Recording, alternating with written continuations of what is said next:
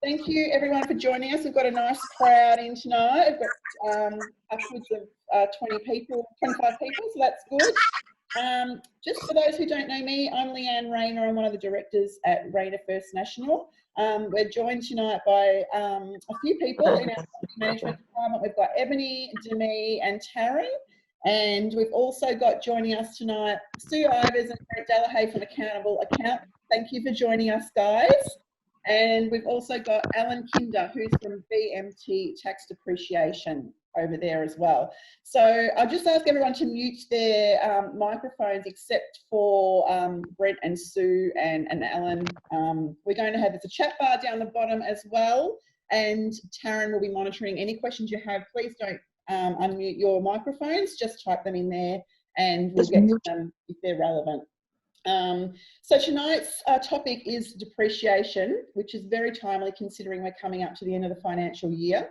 I am probably a very naive landlord myself who kind of gets the little bit of the gist of what depreciation is, but that's why I have Brent and Sue to tell me what it is.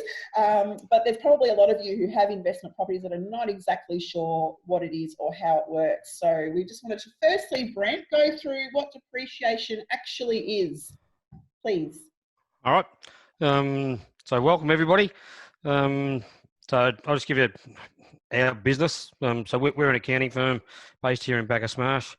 We've been operating, I've been here at the firm for 20 years, just gone. We've been doing accounting for 34. Sue's been with us for about 16 years. So as we get through this, we just won't talk on depreciation. I'm happy to talk about rental properties, and tax purposes as a whole. So whether it's on, repairs, what's the definition between repairs and say capital expenditure, good debt, bad debt in regards to interest on loans. So as we go through, I'm happy to, if you wanted to, Leanne, or whoever's in charge of the questions, as we're going through, if you want to ask me questions as we go, I'm happy to stop and answer the questions then and there. Instead of waiting to the end, just so it's fresh in everyone's minds. So whenever I do presentation, and Alan just said the first one of the presentations we did together was about 6 years ago on the same sort of topics.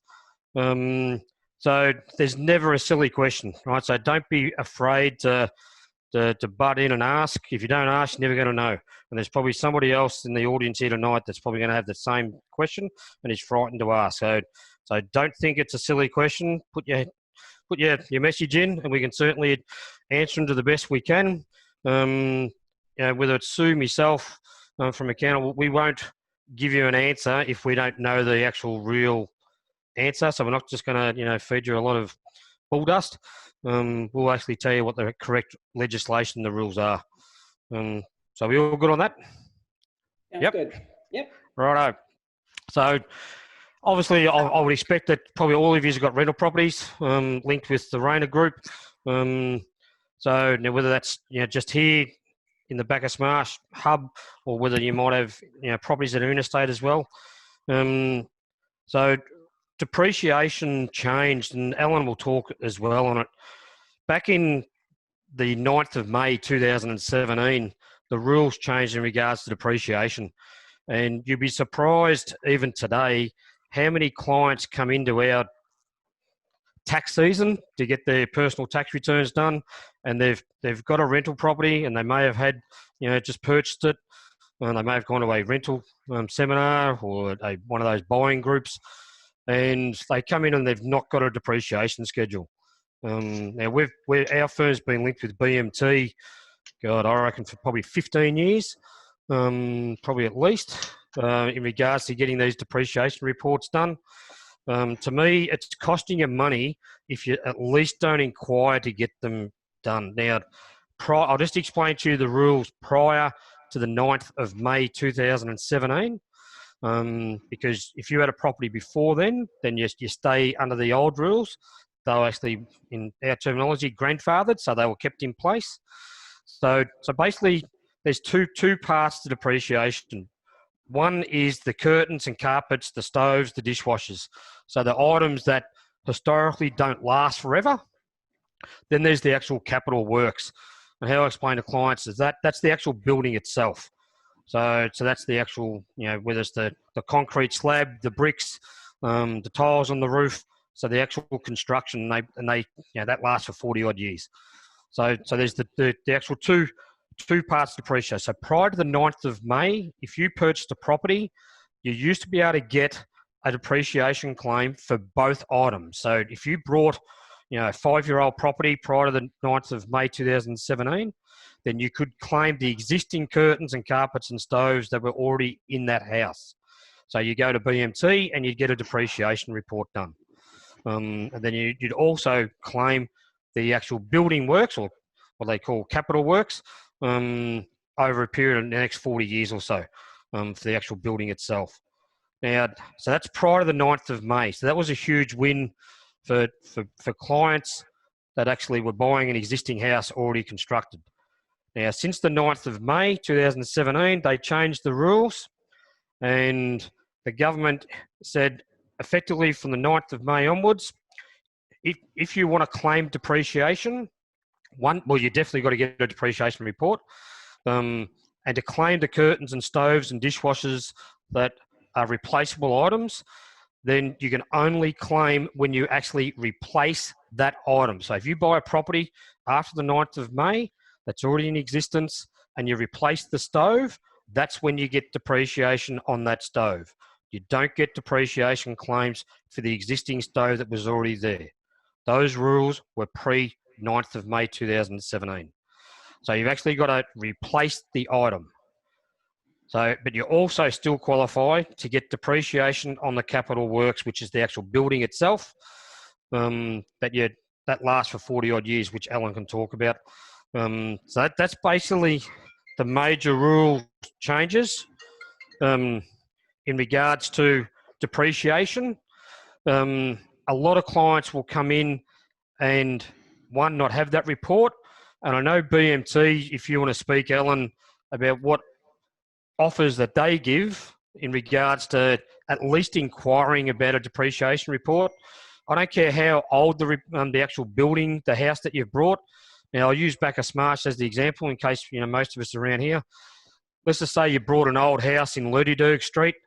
That's a very old part of town, so it's probably a house that's 60, 70, 80 year old.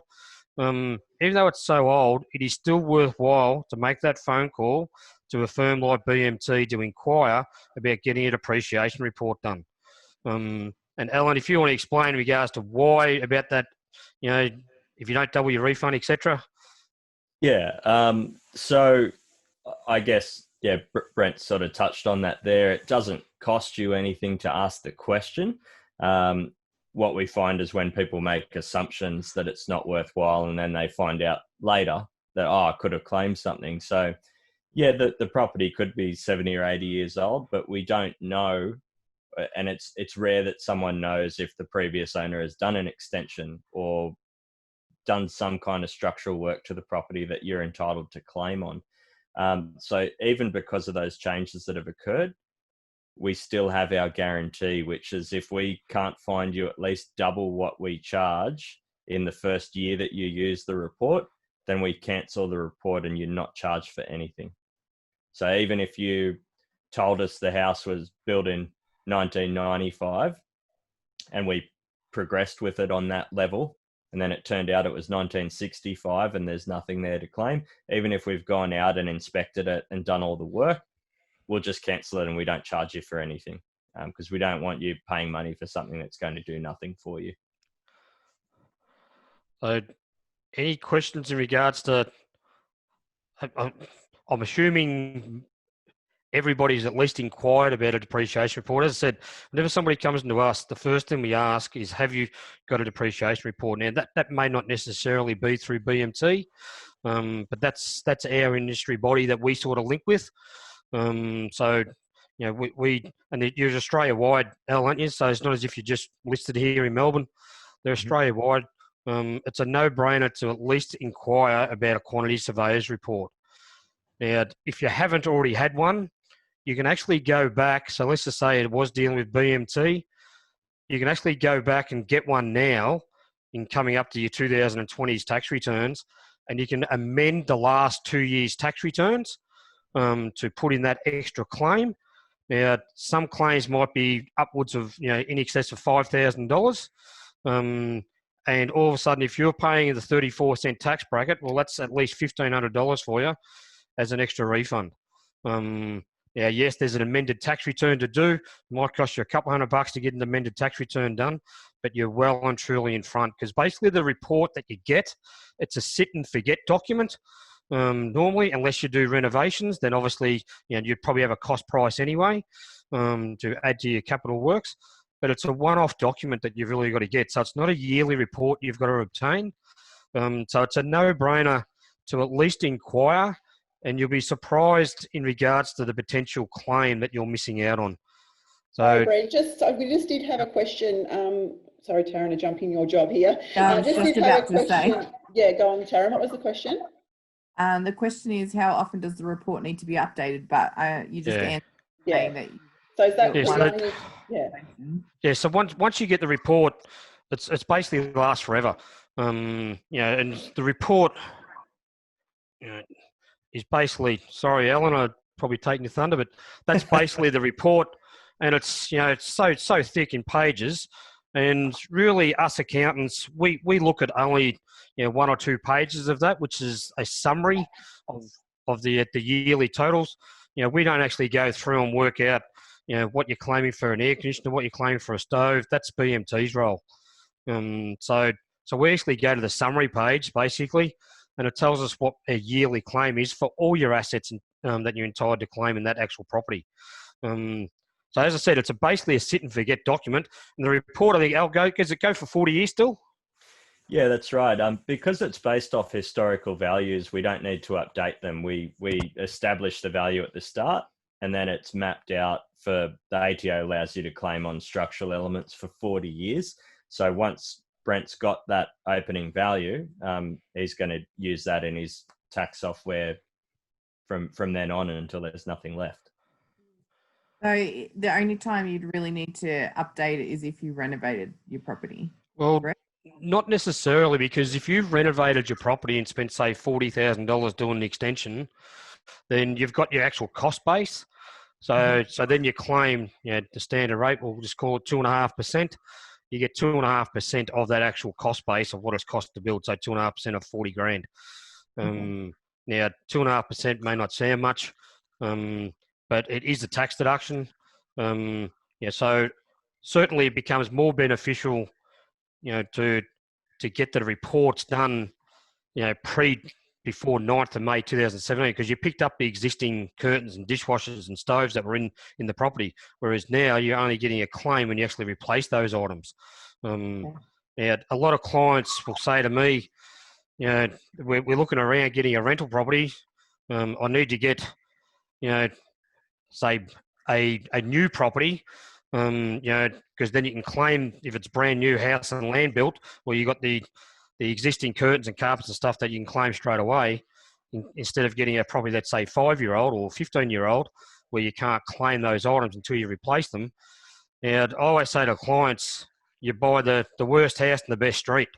And if that means, that it's an into old... our area now, Brent, really. Sorry? Oh, yeah, well, there you go. Our area now. Yeah, well... To me, that's what you've got to do. So a lot of people get caught up and say, I've got to buy brand new, and it's 10K out of town, so I can get a depreciation claim. How I try to explain it to clients, the property itself generates income for you to service your debts, and pay your cancel rates and stuff. So that's a rental yield. Whereas the actual land appreciates in value. So that's what goes up. So the location to me is so important. Don't get caught up in regards to the actual depreciation claim. To me, that's going to be a bonus for you. You're going into the purchase of a rental property, in my eyes, for capital growth. And the location, the Rainers will tell you, well, that probably is a key factor that you need to consider. The depreciation. One more question, sorry to butt in, Brent. Right. Can the prior to the 9th of May 2017 depreciation still be carried forward?